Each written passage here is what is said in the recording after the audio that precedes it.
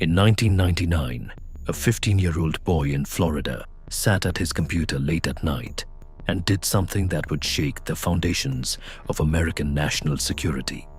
He broke into the Pentagon, not through some elaborate plot, not through a team of highly trained hackers, just one kid, one computer, and a skill level that shouldn't have existed at his age.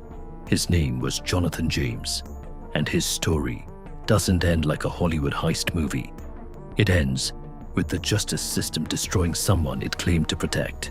This is the true story of the teenage hacker who proved the most secure military network in the world had a fatal flaw, and how that discovery ultimately cost him his life. Jonathan James was born in 1983 in suburban South Florida. From the moment he could read, he was obsessed with one thing: computers. By age 6, he was breaking through parental controls. By his early teens, he had taught himself complex programming languages. While other kids his age were playing video games, Jonathan was building them. While they were studying for tests, he was studying network security, the architecture that holds the entire internet together. His father was a programmer, so the talent ran in the family. But even his father realized that his son had something different, something rare. Jonathan didn't just understand computers, he understood systems. He could look at a security wall and immediately see the invisible cracks.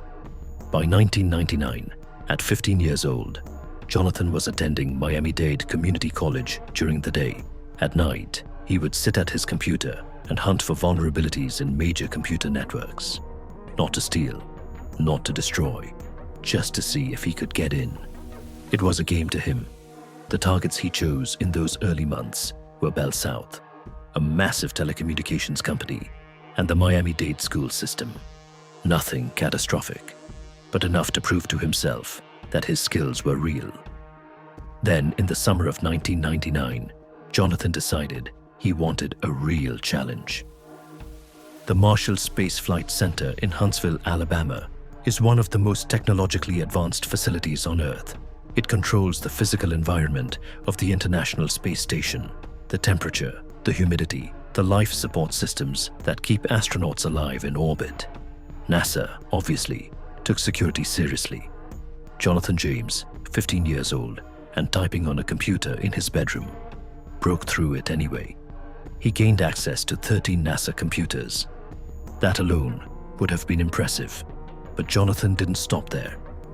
He downloaded proprietary software, code worth $1.7 million that NASA had written to manage the ISS environment, the code that literally kept astronauts alive. When NASA discovered the intrusion, they had to shut down their entire computer system for 3 weeks to search for backdoors, to check for damage, to make sure nothing had been corrupted or destroyed. The cost to recover, $41,000. But Jonathan James didn't feel like a criminal. He felt like he'd learned something important about security. So, in a move that shows his mindset, he sent an email to NASA describing the security holes he'd found and how they could fix them. He was 15 years old, offering free cybersecurity advice to one of the world's most advanced space agencies. NASA did not respond with gratitude. Instead, NASA reported the intrusion to the FBI. But Jonathan was already gone, already looking for his next target, already hunting for something bigger. In September 1999, Jonathan targeted the Defense Threat Reduction Agency, the DTRA, a division of the Department of Defense responsible for analyzing threats from weapons of mass destruction. He didn't break in using some sophisticated military exploit. He found a Trojan, a piece of malware, probably in a server somewhere.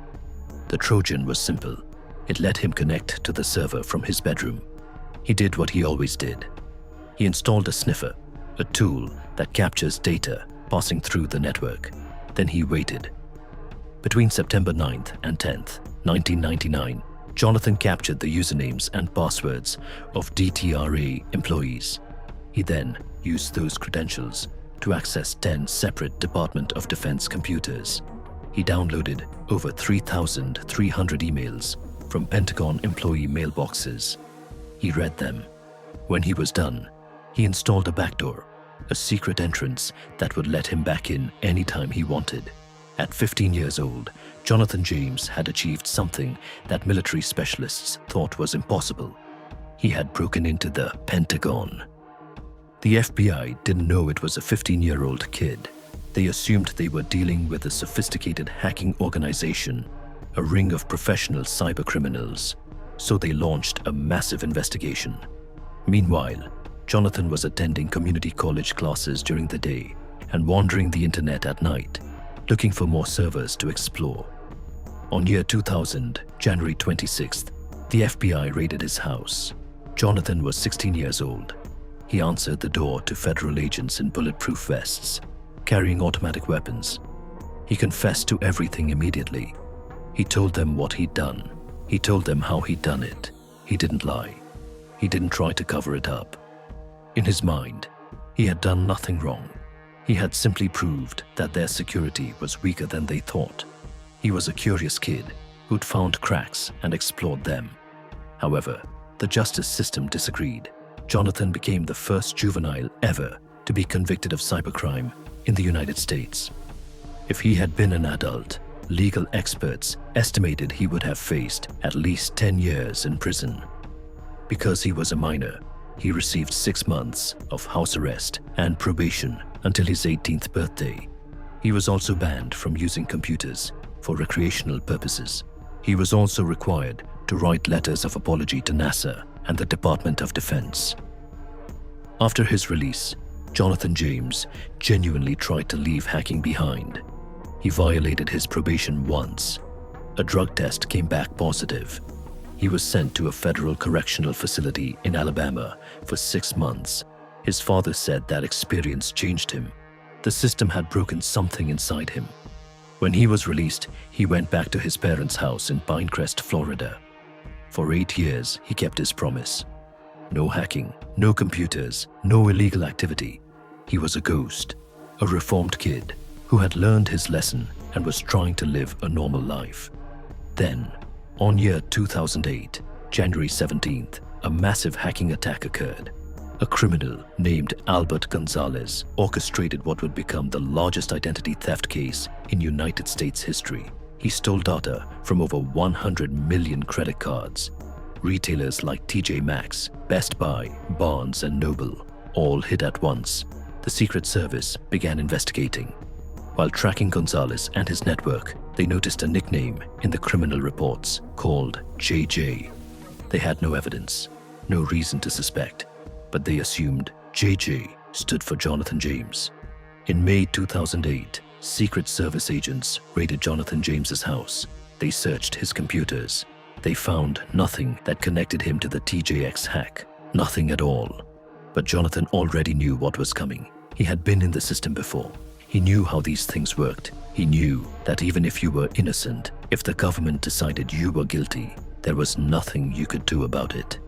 He wrote letters to contacts explaining his situation. "I honestly had nothing to do with TJX," he wrote, but he knew it didn't matter. He believed the system had already decided his fate. The pressure finally became too much.